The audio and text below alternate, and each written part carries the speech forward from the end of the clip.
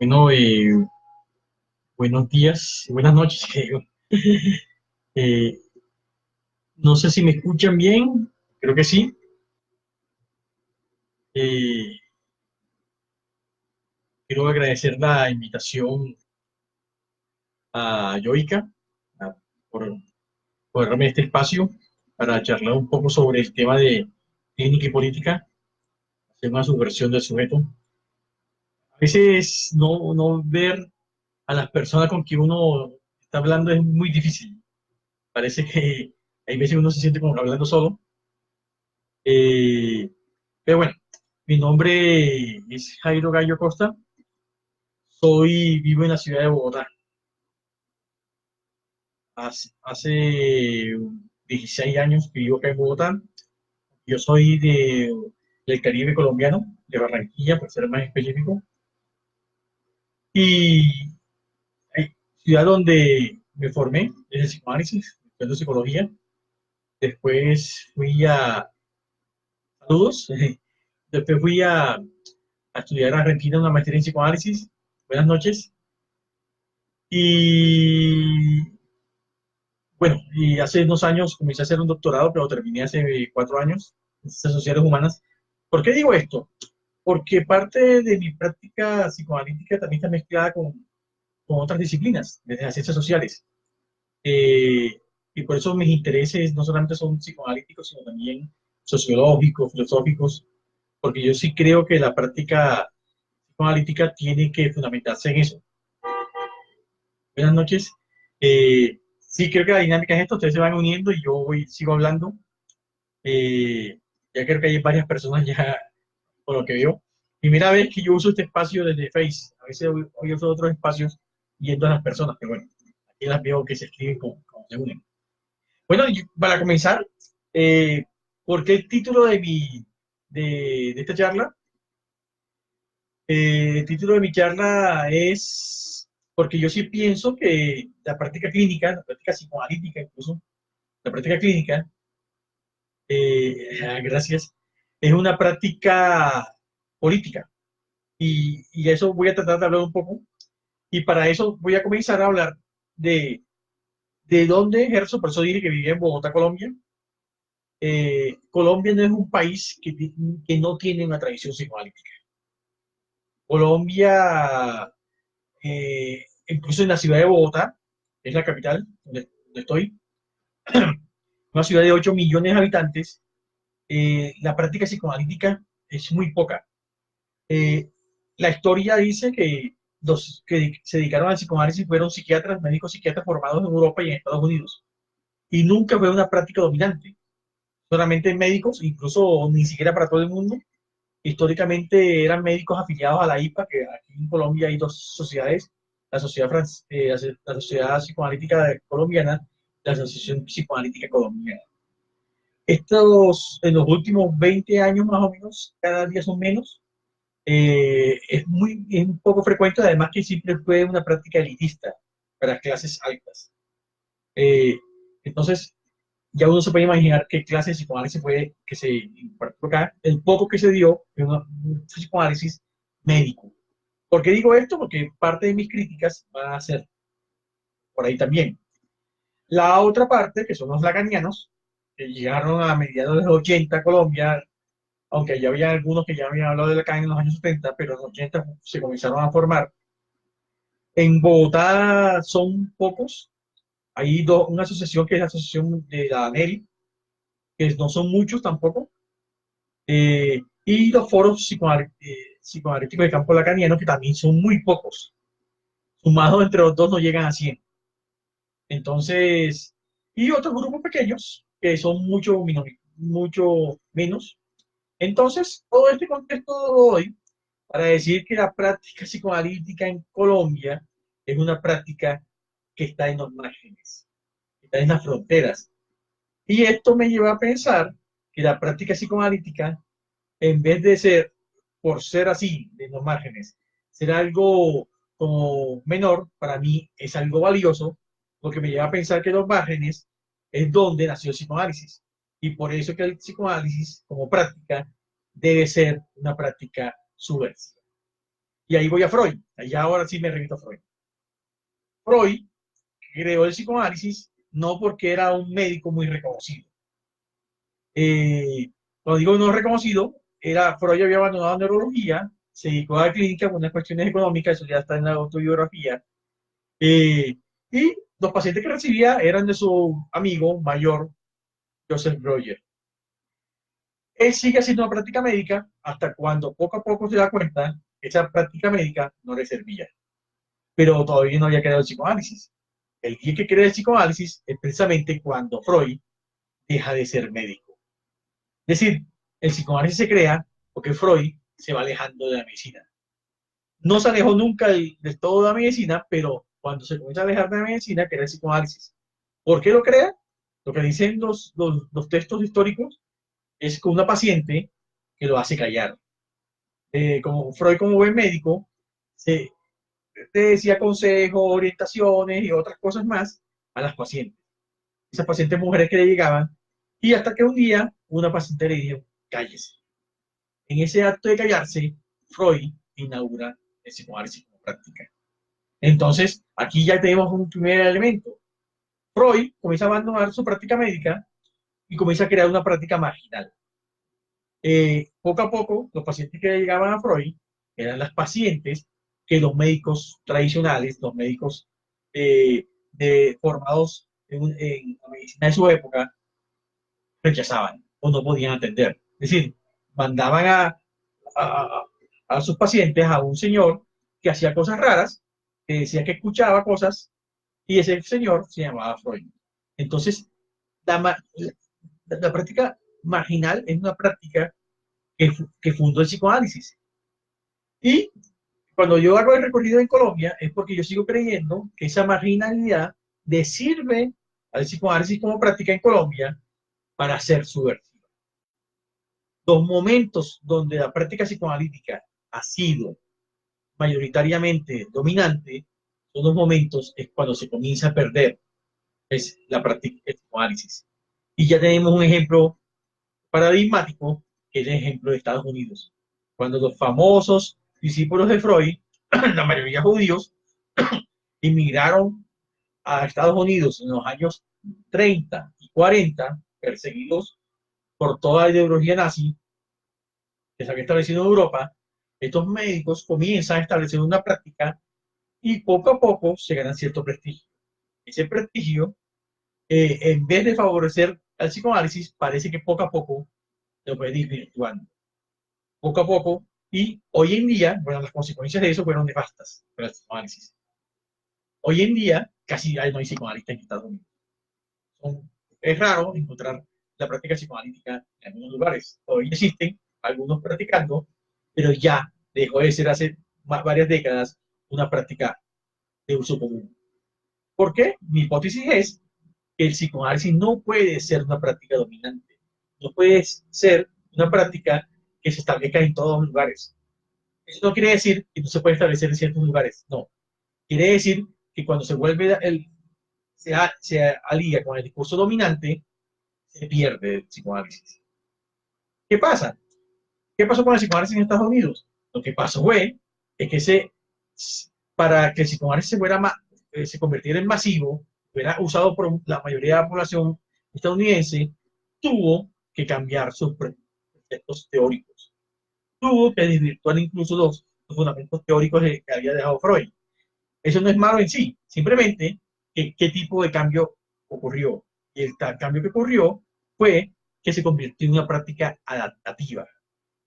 Una práctica donde en vez de escuchar a un sujeto, a ese sujeto inconsciente, se convirtió en una práctica que lo que ayudaba era a que los sujetos se adaptaran mejor a las lógicas políticas, económicas de ese país, que era Estados Unidos. Durante un tiempo funcionó, y funcionó muy bien. Años 40, 50, 60, en los 70 comenzó eso a caer, en los 80 comenzó a desaparecer, y de ahí en adelante cada vez fue menos. Entonces, el psicoanálisis no puede convertirse en una práctica adaptativa. El psicoanálisis, porque traiciona sus mismos preceptos teóricos. La práctica psicoanalítica lo que se trata es subvertir los ideales de un sujeto. incluyendo los del mismo analista. Aquellos ideales que, que algunos, se, esos ideales se fortalecen por vía identificatoria yoica, por medio de los mandatos superyoicos. Este super yo lo que ordena es seguir tanto a esos ideales en una época determinada. Mi hipótesis es que también que el super yo es un super yo si constituye por medio de ideales. El problema es que estamos en una época de que los ideales que dominan son dos ideales del capitalismo neoliberal, dos ideales del éxito, de volverse empresario de sí mismo, que eso ya lo han trabajado autores como Foucault, los Foucaultianos llevan años trabajando eso, y otros autores de la sociología crítica también lo han dicho, Bauman, otros autores. Se han dicho que los ideales de esta época son los ideales de un sujeto, o más bien un individuo emprendedor, un individuo que se tiene que forjar a sí mismo, exitoso, próspero y otras cosas más. Entonces, si esos ideales son los ideales de una cultura determinada, así va a ser los ideales que se constituyen superyoicamente y van a obligar a un yo de un individuo, a cumplirlos. Entonces, yo lo que creo es que el psicoanálisis no puede sostener esos ideales, al contrario, los tiene que subvertir. Y ahí es donde viene la práctica analítica desde su escucha como un acto político. Tiene que subvertir eso. El problema es que para que alguien se coloque en ese lugar de escucha, de subversión, de cierta manera también tiene que subvertirse en ese lugar de escucha. Pero sí. ¿Por qué vías? Bueno, las vías clásicas que había dejado Freud, desde su mismo análisis personal, de su misma formación, bueno, y otras cosas más. Entonces, es ahí donde yo parto para decir que el psicoanálisis como práctica subversiva de un sujeto, un acto político. Bueno, aquí viene otra cosa.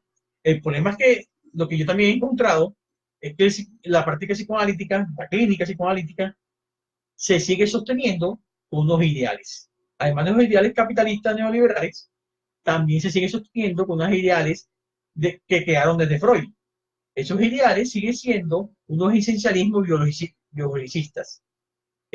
Todavía la práctica psicoanalítica pareciera que siguiera pensando en un asunto medio biológico, medio, no sé, como un idealismo biológico, algo así. El inconsciente, la pulsión, se sigue empezando desde ahí. Entonces, y otra cosa, que es también algo que se puede cuestionar desde la misma práctica lacaniana. Eh, Algo que a mí me ha llamado la atención es por qué en la práctica de lacaniana se sigue usando las estructuras clínicas. Si es viable usar las estructuras clínicas. Es decir, las estructuras clínicas como neurosis, perversión y psicosis. ¿Por qué se siguen usando? ¿Para qué sirven? Muchos algunas veces me han dicho que se usan como diagnósticos transferenciales, en transferencia, que es lo que dicen. Yo sigo sosteniendo que esas estructuras clínicas de neurosis, perversión y psicosis siguen siguen siendo esencialismos de la vieja tradición psiquiátrica médica. Que les sirve a algunos para seguir sosteniendo unas prácticas eh, por unas categorías de neurosis, llámese neurosis, perversión, psicosis, así como los psiquiatras, también sigan sosteniendo sus prácticas con unas clasificaciones diagnósticas psicológicas. Entonces, esa es la crítica, es decir, para que uno pueda establecer una escucha desde otro lugar subversivo, tiene para mí que alejarse también de esas estructuras clínicas, que poco o nada pueden servir para la época que estamos. Mucha gente a veces me dice, pero si se sigue usando, Lacan las usó, claro que las usó. Las usó en sus inicios. Lacan era un psiquiatra, y para Lacan, como a Freud, como a muchos, es muy difícil quitarse de encima toda esa ideología médica que fueron formados. Pero si uno ya ve los últimos seminarios de Lacan, ahí ya poco o nada se comienzan a mencionar esas estructuras clínicas. Lo cual quiere decir que ya poco a poco para él se volvieron obsoletas o poco útiles, más bien, para no decir obsoletas, poco útiles para una práctica que ella estaba pensando de otra manera. Entonces, si uno puede comenzar a cuestionar esas, esos preceptos teóricos, incluso las estructuras clínicas y otros más, no podría escuchar en una escucha de una manera diferente. Una escucha como un acto político, un acto que subvierte al sujeto. Eh, ¿Por qué? Porque el sujeto de cierta manera está ubicado en un discurso. Eh, Ese discurso, como yo dije ahora, es la manera, como dice acá en algunos seminarios de 17, seminarios de 17 y 18, son maneras de cómo se organiza un goce en una sociedad determinada. El asunto que la manera como se están organizando esos goces en estas épocas determinadas, que a su vez estructura un discurso, donde un sujeto se ubica ahí, de acuerdo a unos significantes, el problema es que ese orden obedece a unas lógicas dominantes. Esas lógicas dominantes no son otras que otra vez el capitalismo no liberal. Es decir, entonces lo que uno trata ahí es que esa escucha subvierta lógicas, subvierta esas identificaciones de un sujeto, esas identificaciones que le permiten ubicarse en un discurso y que de cierta manera le permiten gozar de determinadas maneras. Es ahí donde el trabajo de la escucha tiene que ser un trabajo para subvertir ese lugar de un sujeto, que permita construir otros lugares respecto a, a ese otro y ubicarse en de una manera, en ese discurso de otras maneras. Pero hay unos problemas. La práctica psicoanalítica sigue estando atravesada por ese discurso.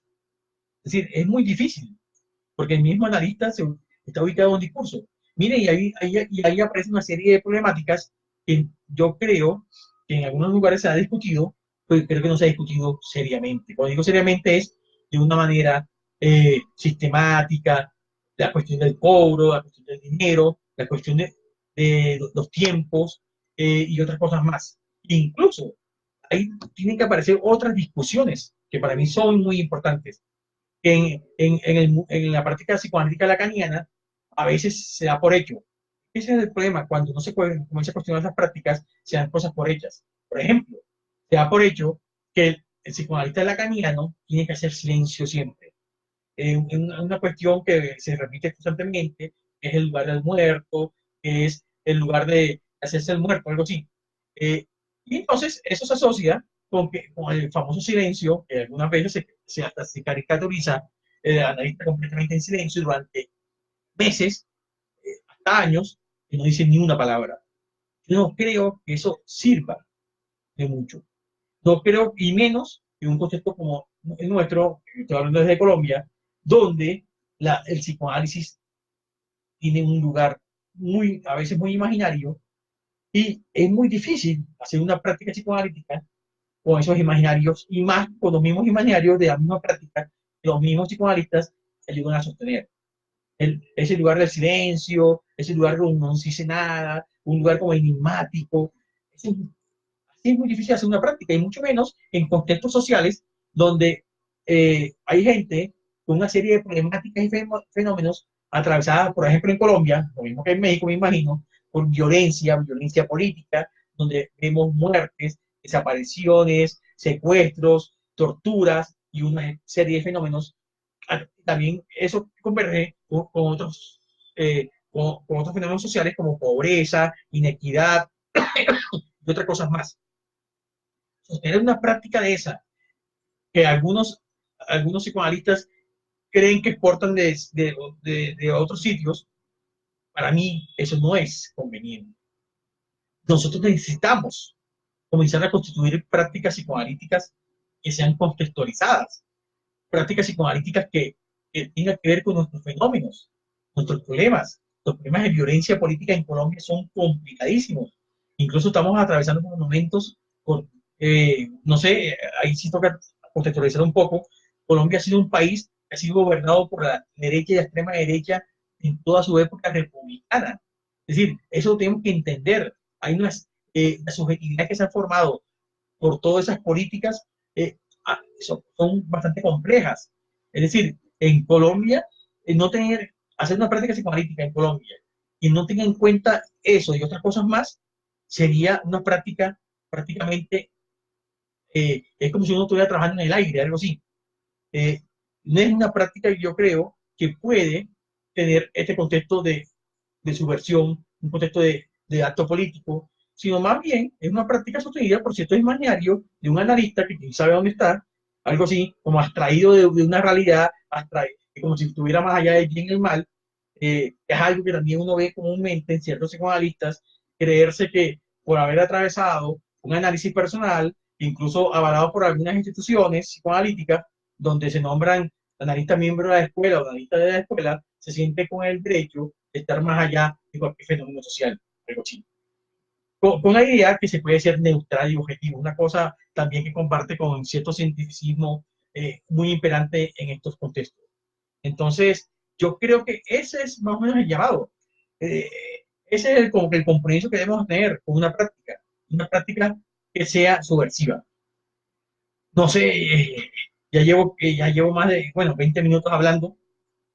Sí, en estos momentos sí me gustaría como, leer, yo creo que es leer porque no se puede escuchar algunos de sus comentarios para comenzar, para ver si podemos seguir avanzando un poco más.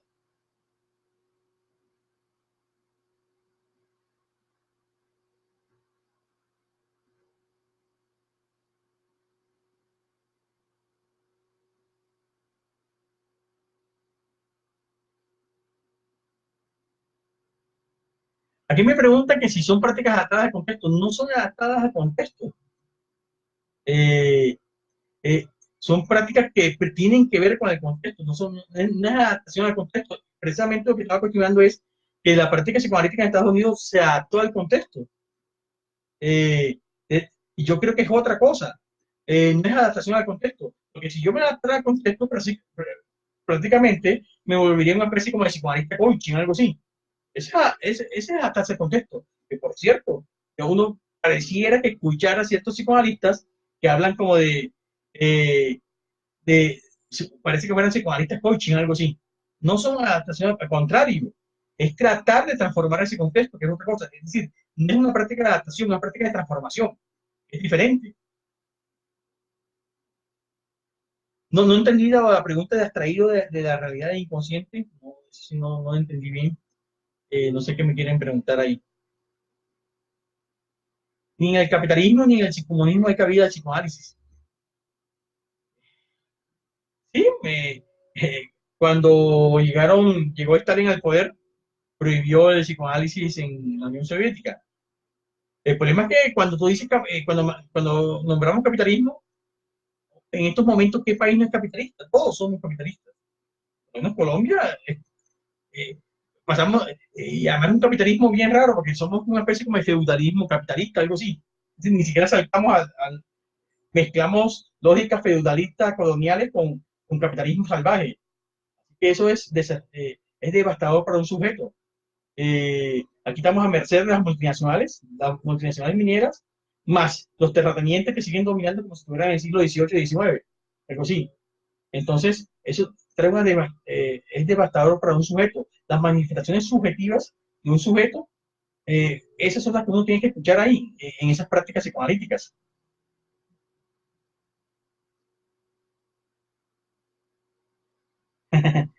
Y si soy muy florido.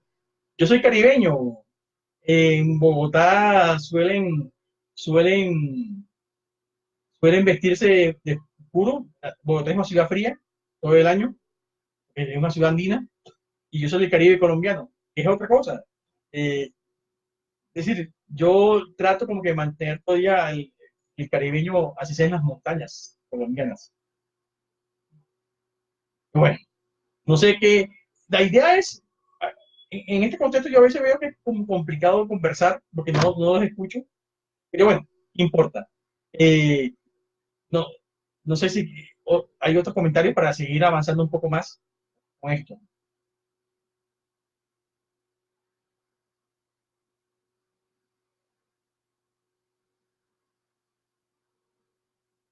En Colombia, bueno, ya que no hay más preguntas, en Colombia hay una serie de psicoanalistas. Bueno, yo ahorita hice una crítica al psicoanálisis, pero también hay que reconocer que en Colombia, a pesar de todo, sí ha habido una serie de psicoanalistas que han tratado de pensar cómo un psicoanálisis en estos contextos.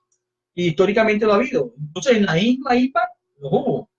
Eh, por lo menos hay un psicoanalista, eh, que, que apellido Francisco Socarrás, José Francisco Socarrás, intentó pensar cómo hacer converger el contexto colombiano desde una práctica psicoanalítica, incluso tratar de converger la situación política, el contexto político, con esa práctica psicoanalítica, a su manera.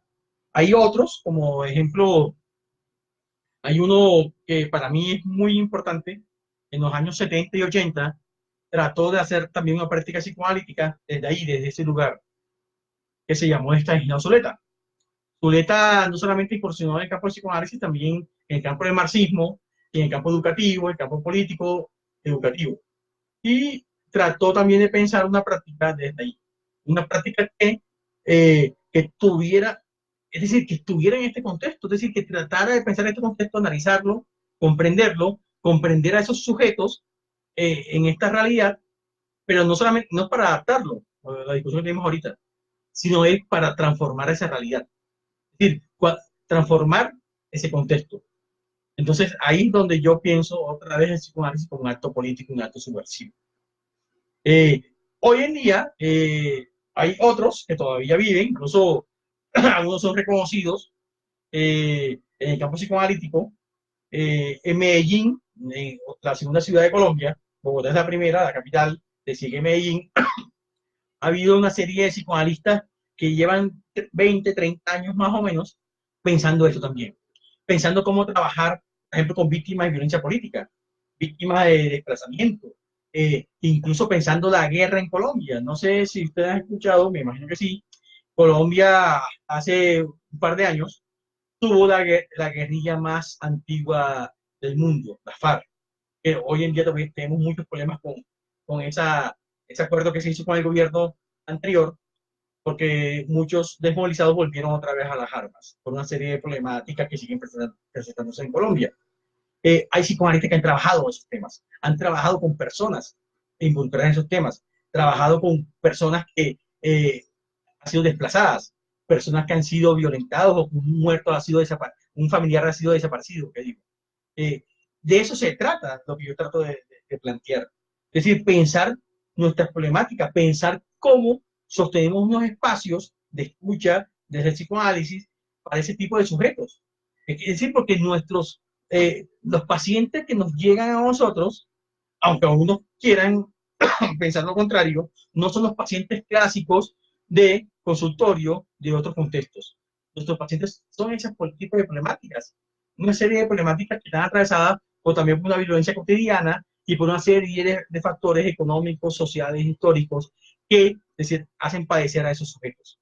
Las escuchas tienen que entender eso, es decir, la escucha tiene que tener ese contexto de donde está ubicado ese sujeto. Entonces, de ahí hay una serie de psicoanalistas en Medellín, pero también en otras ciudades. Digo Medellín porque de Medellín sí llevan un trabajo de hace muchos años, varios psicoanalistas trabajando sobre estos temas. Eso puede ser discutible. Incluso yo he hablado con algunos de ellos, me he sentado a hablar con ellos, y algunos eh, una, plantean que a veces son criticados por algunos puristas psicoanalistas, porque dicen que eso no es psicoanálisis, que eso está por fuera de los dispositivos psicoanalíticos, que eso parece más sociología psicoanalítica que otra cosa, y ellos dicen que no, que la práctica psicoanalítica también tiene que tener en cuenta esas cosas. Entonces, ahí está abierta la discusión también sobre la práctica psicoanalítica en Colombia y en estos contextos.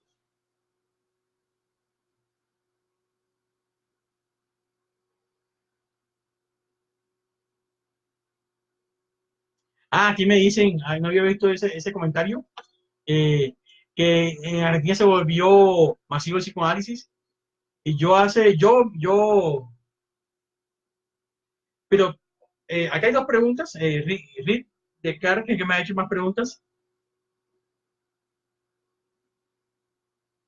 Acá hay varias preguntas. La primera,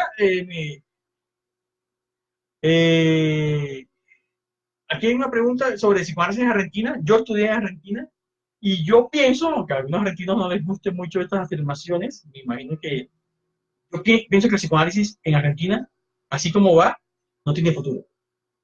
Eh, y tengo algunos datos, incluso que he visto en las universidades Argentina, donde fue que se afianzó el psicoanálisis, poco a poco ha ido retrocediendo. Las terapias cognitivo-conductuales han ido ganando terrenos y otro tipo de terapias. Yo estudié hace 20 años allá, hoy en día, hace 20 años era dominante completamente, hoy en día ha ido perdiendo terreno. Y si siguen así, van a perder todo el terreno. ¿Por qué? El problema de ser dominante es que pierde crítica. Y, por ejemplo, en las discusiones en Argentina todavía siguen siendo para muchos quién es más lacaniano de los lacanianos, algo así, o quién repite mejor a Lacan. Yo no creo que eso sea muy beneficioso para una práctica psicoanalítica. ¿Quién es más lacaniano? Yo creo que lo que hay que plantear es cómo se usa el psicoanálisis para, precisamente para estos contextos.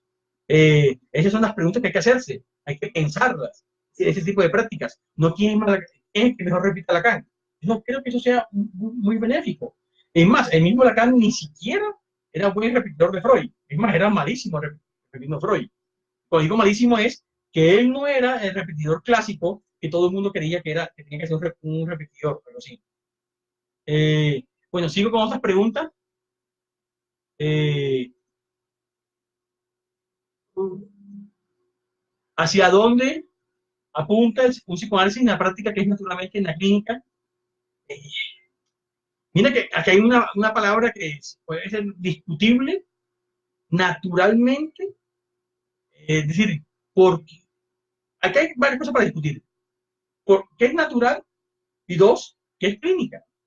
Eh, Freud, me hiciste acordar una discusión de Freud en 1919, precisamente después de la guerra, que estaban todos, había un panorama muy sombrío, y, y Freud comienza a pensar cómo hacer que el psicoanálisis se comenzara a practicar en los famosos hospitales de servicio público.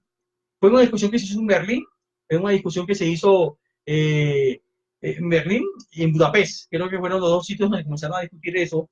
E incluso algunos comenzaron a proponer por qué no se le ofreció un psicoanálisis al público, incluso gratuito. Una cuestión que hasta ahora seguimos discutiendo si se puede hacer un psicoanálisis gratuito. La cuestión de la plata, la cuestión del dinero, parece un tema un poco vedado en la práctica psicoanalítica. Eh, esas discusiones estaban ahí, es decir, hace más de 100 años ya, hace un siglo, ya se estaba planteando el psicoanálisis por fuera de ciertos dispositivos clásicos. ¿Mm? Y ampliarlo, es decir, a otros contextos, a, a otros espacios. ¿Mm? Pero bueno, esa discusión está abierta. ¿Cómo hacer? Sí, es una buena pregunta. ¿Cómo hacer? Sí, ¿cómo hacer eso? Hay gente que lo ha intentado hacer. En Argentina lo hicieron durante un tiempo. En Brasil es sorprendente lo que están haciendo en Brasil. En Brasil están llevando el psicoanálisis a las plazas públicas, es decir, a parques, plazas y otros espacios. ¿Funciona? No sé, podemos discutirlo. ¿Es lo más conveniente? También lo podemos discutir, pero se están haciendo intentos. Intentos de sacar el psicoanálisis del consultorio clásico con un diván y otras cosas más. Yo no estoy diciendo que no se puede hacer eso, que se puede hacer eso, pero también se puede hacer otras cosas más. Esa es mi discusión. Voy a ver otras cosas.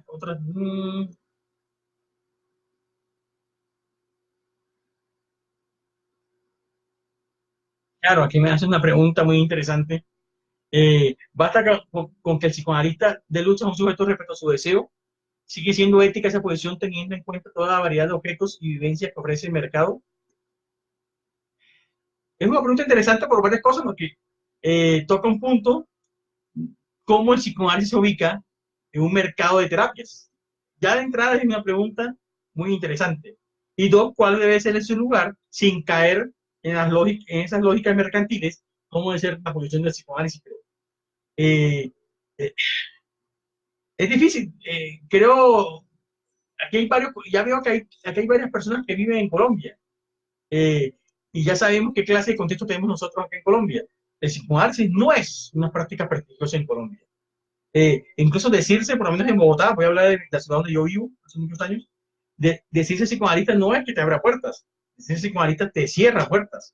Lo digo porque yo trabajo en una universidad. Bueno, yo trabajo en varias universidades, pero hace muchos años trabajo en una universidad y a mí me trae más problemas decir que yo hago psicoanálisis, trato de hacer una práctica de psicoanálisis, que decir otra cosa. Es decir, aquí no es un lugar de prestigio. Y a mí me parece hasta positivo eso, porque cuando uno no está en ese lugar de prestigio, es más fácil hacer, hacer una práctica psicoanalítica, cuando uno está en un lugar de prestigio. Por eso es que yo veo muy complicado la práctica psicoanalítica en Argentina y en otros lugares, porque durante mucho tiempo fue una práctica prestigiosa. Es más, todo aquel que se decía que hacía terapia tenía que hacer una terapia psicoanalítica, no podía decir otra cosa, algo así. Entonces, como dije al principio, eso te trae ciertos beneficios o algo así. No tú que es un lugar de prestigio. Ahora, ya una vez que no estoy ubicado en ese lugar de prestigio, entonces, ¿cómo me ubico? Que es la pregunta que me hacen. Una pregunta, ¿basta con solamente orientarnos en su deseo? ¿Basta con solamente con eso? Yo no creo. Es decir, también, esta es una discusión muy larga, eh, que creo que a ver, abriría como que toda una discusión durante meses o un tipo de muy prolongado, porque solamente es eso o son otras cosas más. Sería la pregunta. Yo en estos momentos no tengo las respuestas como concretas, pero yo de entrada sí puedo decir que no solamente es eso, es otras cosas. Eso es. Y bueno,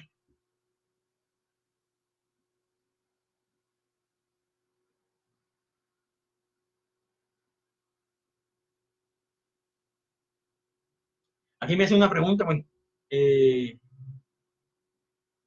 eh, también el problema es que en la universidad se enseña y se acepta hacer psicoanálisis tradicional. Hace poco en Morelia estuvo en una así.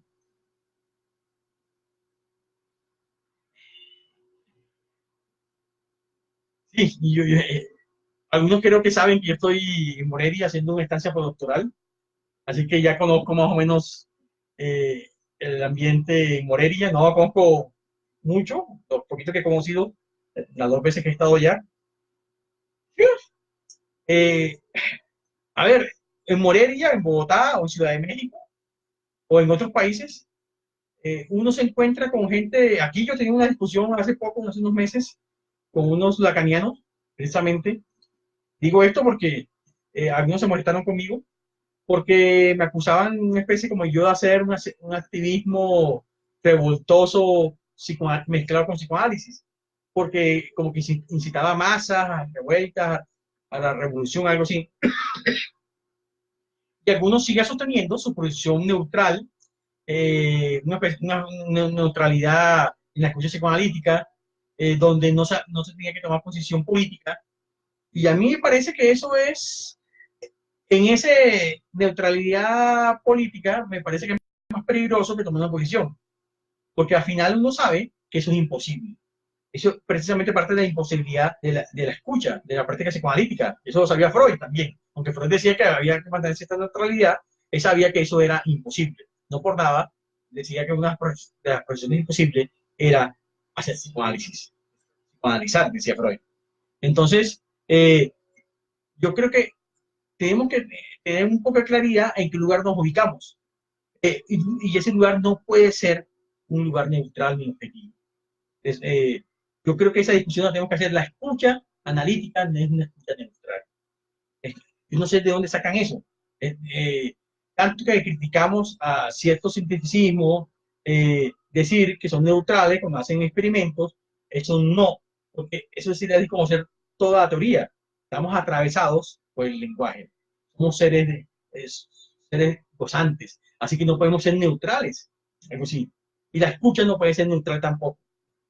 Con esto no quiero decir que vamos a usar ahora el diván, el consultorio o la práctica psicoanalítica como un lugar de activismo político. No, no estoy diciendo eso. Pero sí tienes que tener una posición política. Cuando digo posición política es, para mí, sigue siendo una posición de subversión, de transformación de una realidad de ese sujeto.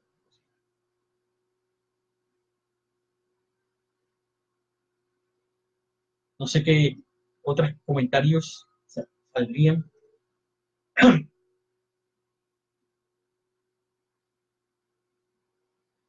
Voy a ver si hay otros.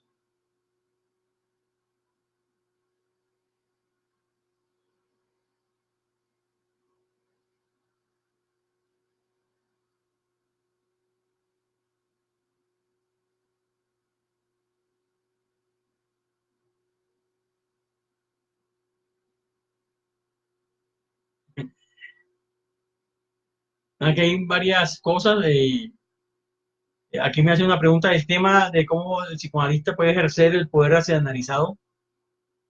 Yo creo que precisamente la transferencia de poder,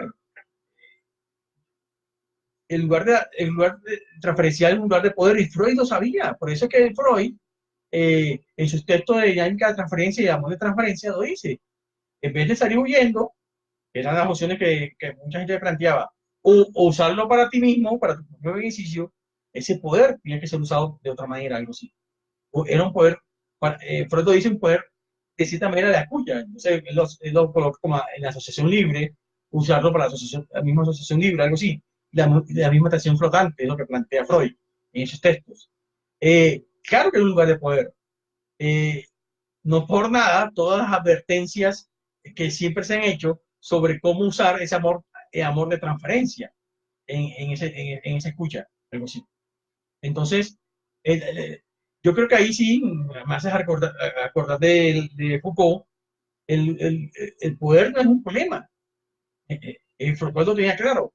El asunto es cómo juegas en ese poder, en los juegos de poder, cómo te ubicas ahí, en esos juegos de poder. Entonces, el poder no es malo. También es un cuestionamiento que siempre hacía Foucault a la gente, que siempre se cuestionaba el poder, como si el poder fuera malo. ¿Mm? Transformar que en realidad. Bueno, aquí nos metemos en los temas teóricos bien complejos. La realidad es fantasmática. Y de cierta manera lo que hay que comenzar a trabajar son esos fantasmas que estructuran una realidad. Por ejemplo, yo ahora mismo estoy planteando una investigación en la universidad de trabajo, porque es un tema político que a mí me interesa mucho. En Colombia, hace 3 años, van a ser 4 ya, precisamente con el acuerdo con la FARC, al gobierno anterior, que es el gobierno Santos, se le ocurrió hacer un referendo que para avalar ese acuerdo con la FARC. Contra todos los pronósticos y contra todas las lógicas, la pregunta era si la gente quería paz con ese acuerdo con la FARC. Entonces había una pregunta, que era sí o no. Si quiero hacer el acuerdo o no quiero. Sí, estoy resumiendo el referendo. Y claro, uno desde afuera dice, esa pregunta es hasta sobra. ¿Cómo la gente no va a querer paz? Pues sí. Bueno, se mandaron al referendo y, contrario a toda lógica, ganó el no. Sí, la gente no quería eh, eh, acuerdo con la FARC y tampoco quería paz. Así estoy hablando en los términos del gobierno. Y la gente se preguntaba, pero ¿cómo puede ser? ¿Cómo puede ser que la gente no quiera paz? Es decir, eso es ilógico. No, no, sí, puede sonar ilógico, pero eso tiene unas lógicas, que son las lógicas de inconsciente, algo así, que cómo se estructura una realidad fantasmáticamente inconscientemente. Aquí entraron en juego una serie de significantes que comenzaron a movilizar y a ubicar a los sujetos en esos discursos, de acuerdo a esos significantes. Comenzaron a aparecer los discursos religiosos diciendo que ese acuerdo iba a convertir a todos en una especie de comunistas, homosexuales y un montón de cosas raras.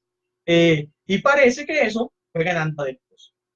Muchas veces, y se volvió un discurso muy fuerte, porque era significante muy fuerte, porque pareciera que lo que se vendió fue que el no era una alianza con la familia, con los valores tradicionales conservadores y religiosos, católicos y cristianos. Y el sí es una especie de comunismo castrochavista demoníaco que había que alejarse de ello. ¿Cómo se llegó hasta allá? Eso es lo interesante. Es decir, cómo un significante se fue asociando con otro significante y comenzaron a constituir todo un discurso. Eso sería interesante analizarlo. Y cómo cada sujeto se fue ubicando ahí. Ahí comenzó a entrar una serie de afectos, como el miedo y otras cosas más, que comenzaron a jugar en esa votación. Es decir, contra todo el discurso racionalista que decían que si tú hacías un referendo para avalar un acuerdo que trajera paz, un pacto con un grupo guerrillero armado y trajera paz, eso todo el mundo iba a votar que sí. Eso ni siquiera había que explicarlo, algo así. No, perdió eso. Entonces yo creo que eso es lo que hay que trabajar. Es decir, lo que hay que trabajar precisamente es cómo se constituye esa realidad precisamente para transformarla. Por eso los elementos que sostienen esa realidad, los fantasmas que en esa realidad, cómo se fueron los significantes en esa realidad y los sujetos cómo se ubican en esa realidad. Y para eso también, no solamente es la clínica, claro, en la clínica hay que escuchar eso, pero también en otros espacios donde puede ser usado el psicoanálisis.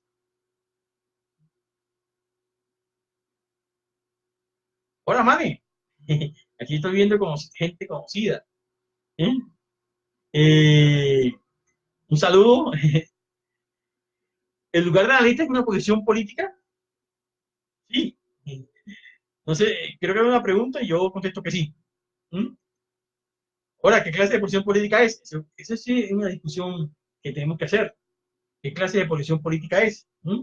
No es una posición política partidaria. Es que también tenemos que comenzar a discutir varias cosas. Eh, yo a veces cuando digo esto, parece que me estuvieran ubicando en un partido político, algo así, que vamos a armar un partido político.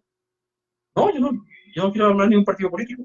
Estoy hablando de un asunto de político y política, algo así. Y cuando hablo de político, siempre lo asocio con lo real. Y cuando hablo de política, siempre lo asocio con lo imaginario y simbólico, algo así. Es decir, los modos como cada quien nos podemos, nos podemos ubicar en un concepto determinado, en una realidad determinada. Y cómo nos ubicamos, cómo nos ordenamos, esa es política. Ahora, ¿por qué nos ubicamos ahí? Precisamente porque tenemos una imposibilidad de hacer algo que, es decir, algo lo cual no podemos hacer, que sería lo real. Es decir, ¿cuál es el problema de lo social? Que creo que ya autores como Laclau, el mismo Gillet y otros autores, Chantal Mouffe, Jorge Alemán en Argentina precisamente, lo ha planteado, es que hay unas imposibilidades sociales de hacer una totalidad, un cierre, algo así. Y por eso que tenemos que hacer política. Y el psicoanálisis, una práctica política, tiene que escuchar eso. Es decir, cómo se ubican esos sujetos en esa imposibilidad. Eh, no para volver un partido político ni para orientarnos a una cuestión política. Es cómo se ubican ellos en esa imposibilidad de lo real en lo social, algo así. ¿Mm?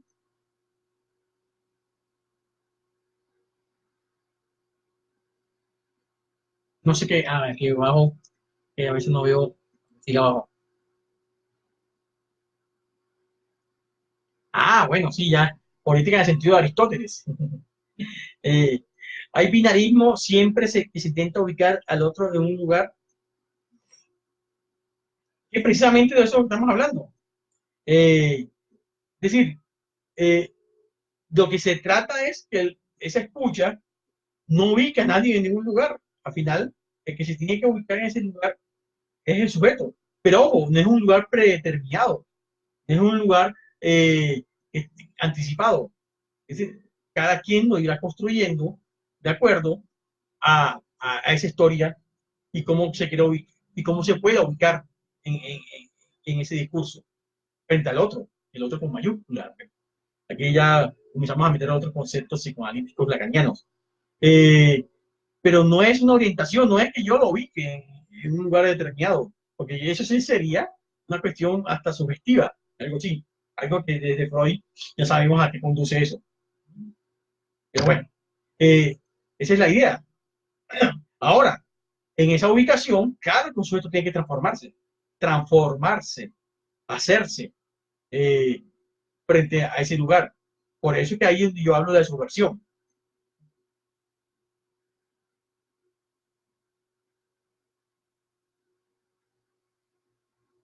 Un abrazo, Manny. Estoy aquí en mi casa, ya vas conociéndome un poco más.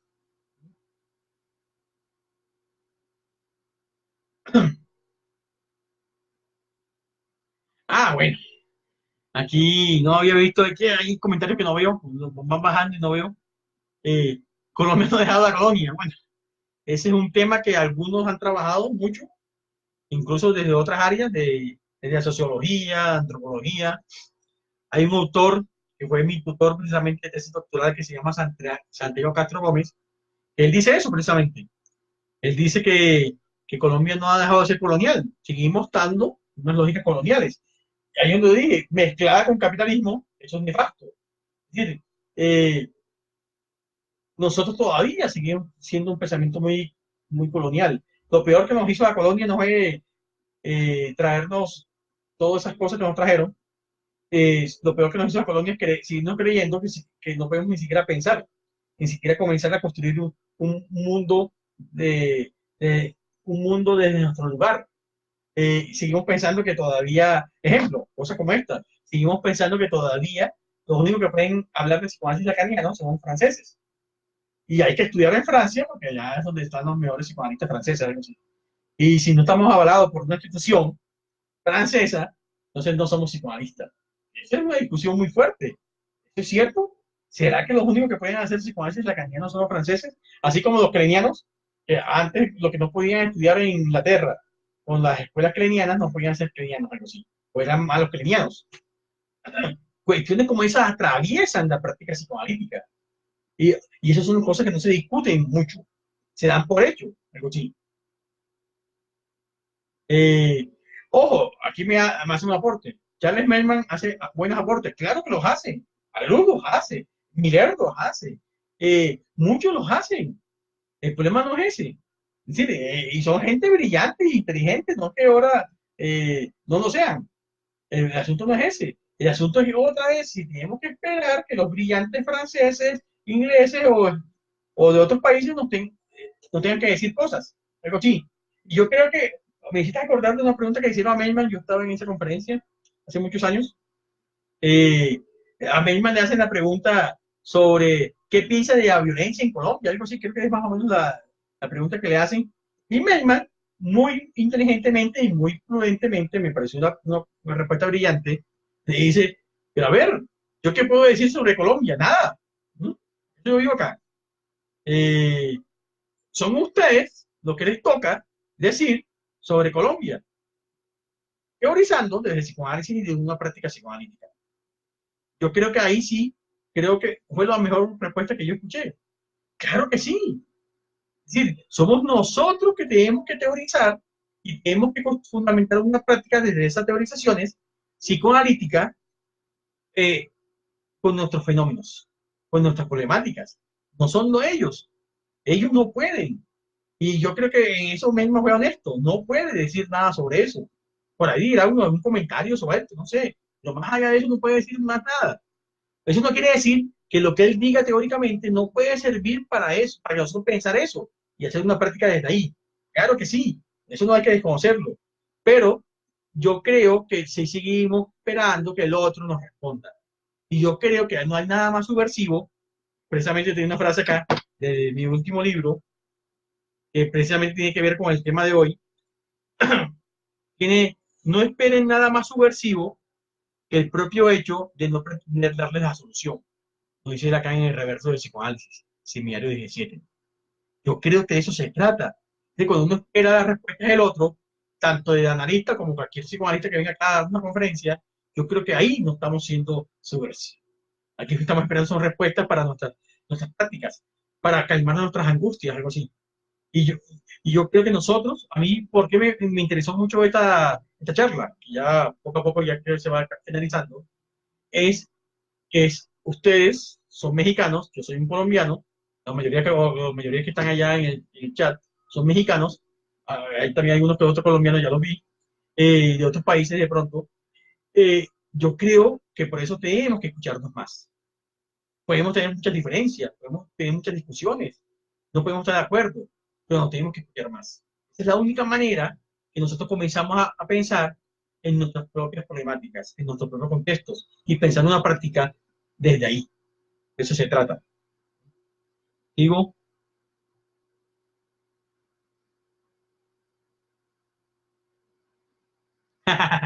los franceses publican en español, pero no leen a los que escriben en español. No sé, creo que no. Tienes razón. Ojalá, no sé si, ojalá, ojalá, ya he escuchado algunos, incluso ya eso también yo me he hecho ese cuestionamiento y parece que, no sé, parece que eso ha cambiado un poco. No ha cambiado mucho, pero sí. Yo tengo otra. Nosotros los invitamos a ellos a que nos den conferencias, pero pocas veces ellos nos invitan a nosotros a dar conferencias allá. ¿Mm? Yo creo que eso es un cuestionamiento que hay que hacerse. ¿Será que podemos seguir sosteniendo eso? ¿Será que los únicos que merecen ser escuchados son ellos? Yo creo que no. Mm, yo creo que nosotros también merecemos ser escuchados. Y si ellos no nos quieren escuchar, nosotros escuchemos nosotros. Algo así. Tampoco necesitamos que, bueno, que sea necesario que ellos nos escuchen. Si ellos no nos quieren escuchar, que no nos escuchen. Ese es el problema de ellos, pero no debe ser un problema de nosotros. Nosotros tenemos que seguir hablando para nosotros mismos. ¿Para, ¿Para qué? Para fundamentar esa práctica. ¿Mm? Eso, otra vez, el problema no es del colonizador. El problema es en qué lugar nos ubicamos nosotros como colonizados, algo así. Y históricamente fuimos colonizados, claro. El problema es cómo nos ubicamos en otro lugar frente a esa colonización.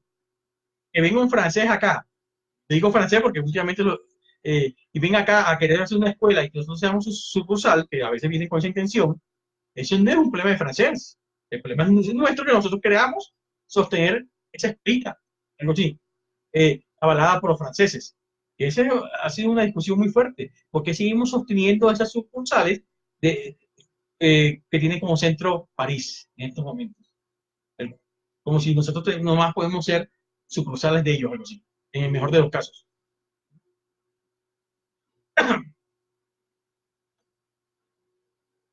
No sé qué, faltan unos 5 minutos para ir terminando, no sé qué quiera otra vez comentar, decir, como para ir finalizando ya.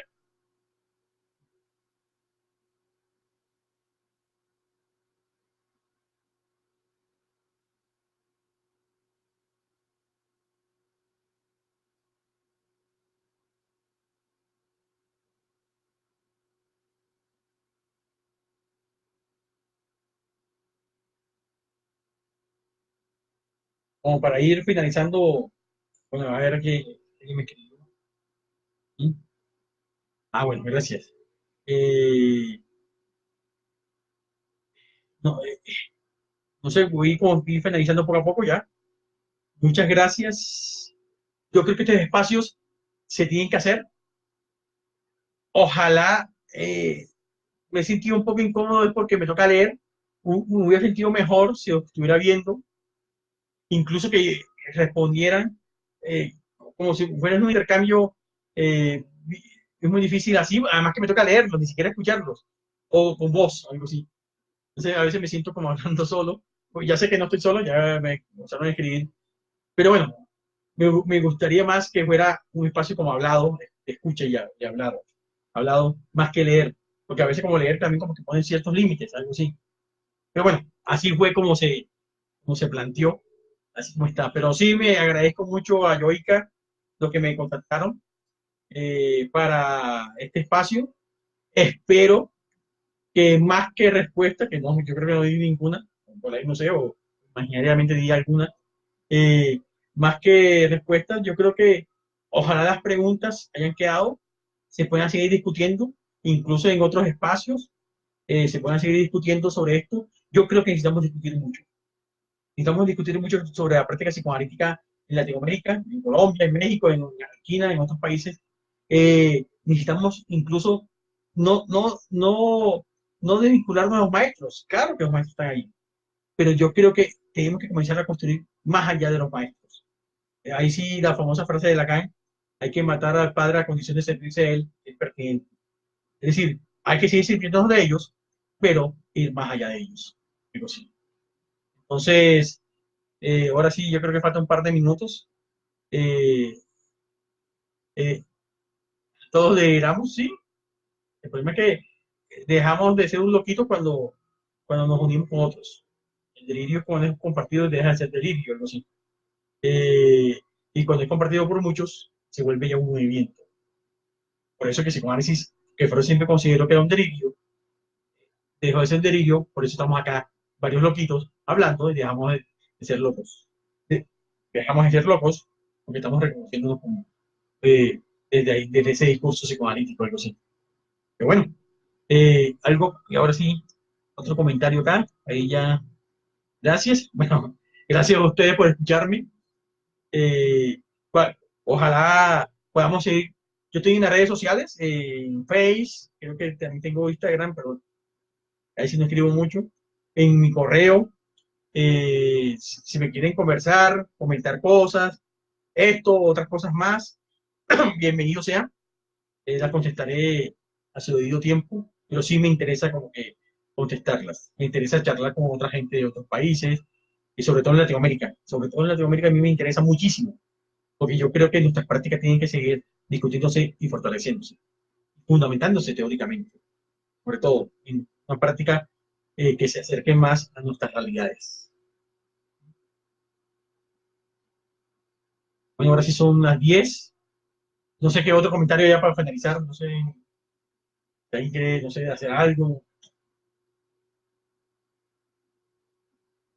Bueno, yo creo que ahora sí llegó la hora de despedirse. Muchas gracias por todo y espero estar con, no sé, conversar con ustedes en otro espacio de la ciencia y físicamente también me interesaría, oye, yo te escuché una vez por ahí, ahora sí hablemos. Yo creo que el cara a cara sí daría otras dimensiones a estas discusiones. Entonces, muchas gracias. No me despido. Chao.